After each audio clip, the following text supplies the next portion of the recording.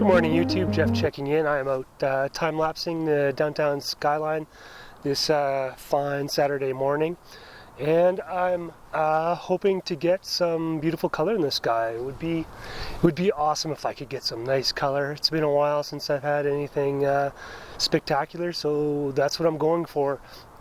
Now about this time-lapse, I'm using the Timelapse View Plus this morning for the first sort of night to day holy grail time lapse that I've done, at least using the Timelapse View Plus. And what I tried to do was keep the aperture set at a specific aperture, and then just ramp the ISO and the shutter speed. I thought that would be easiest, although I'm not sure if that's going to be the case or not.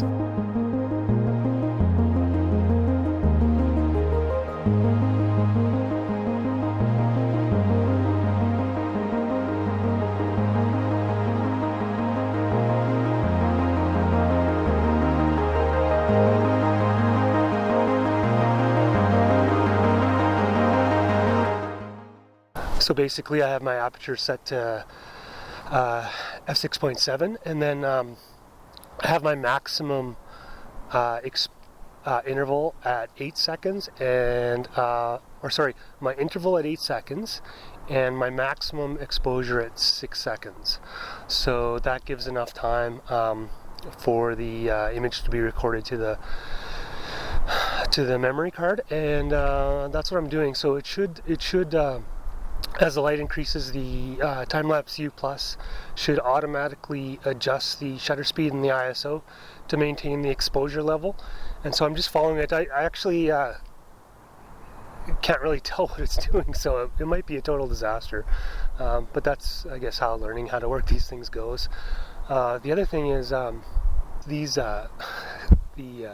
I'm not complaining here, but the materials you get with devices nowadays, the manuals and the instructions are slim, so you have to sort of pick through the YouTube community to try to get some concrete instructions, or otherwise you have to figure it out yourself. And so the Timelapse Plus View Timelapse Plus View is no different. The instructions are something to be desired, so I'm hopefully this isn't wasted effort in terms of this specific time lapse, but I know it'll be time well spent in figuring out the device.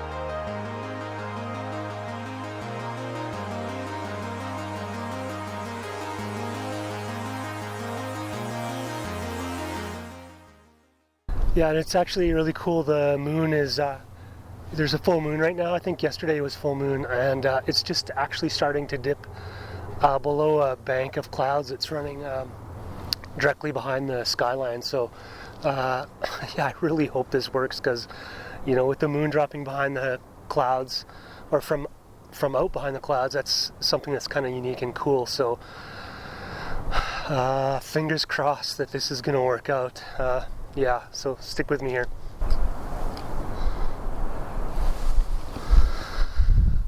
So the clouds behind me are starting to really turn red with the sun. Just hopefully that bank of clouds behind me doesn't cause the sun to not hit the clouds over the skyline.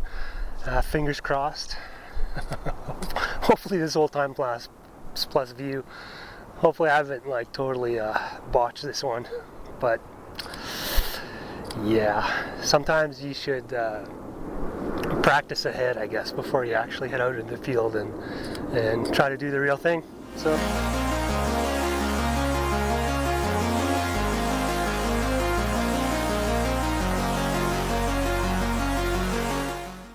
alright, so it looks like the light's actually hitting the clouds above the skyline, and it just looks awesome right now. Absolutely beautiful light.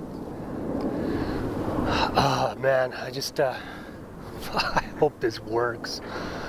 Seriously, I just all right, well, yeah, I'll show you the skyline, check it out, and then we'll see what happens. I think the only thing else I can just you know, logistically speaking, I think this park is called Tyndale Park, and it's just it's in the Bridgeland neighborhood of Calgary, and I have never photographed this park before. Looking towards the downtown, it's a perfect spot. I can't believe I haven't been here before. So yeah, awesome. I'm dying to find out if this time lapse worked.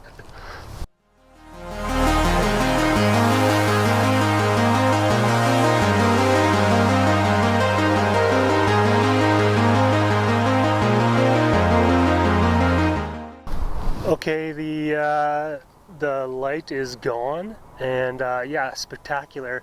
Super pumped about this morning's light. Another photographer actually walked by. It was so nice. I'm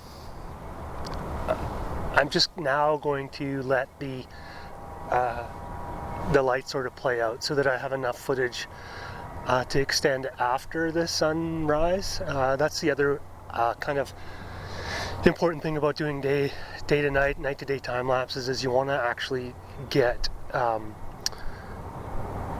set up and shooting with enough time before the sunrise, and then with enough time after, or with respect to the sunset, so that you have a good amount of footage to get a nice smooth transition. So it's just not all of a sudden the sunrise or all of a sudden the sunset and then the end.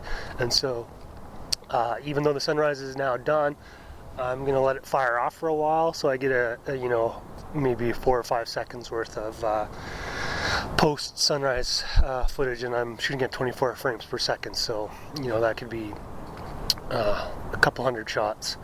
That's what I'd aim for on either side, is probably at least 250, 300 shots at 24 frames per second. So hopefully this all worked. If not, I'm going to be kicking myself hard in the arse. But it is what it is. So anyway, thanks for joining me on this one, particularly if you made it to the end. And I'll either throw up some footage now before I finish, or I'll throw up some shots. But yeah, thanks for watching, and we'll see you on the next one. Take care.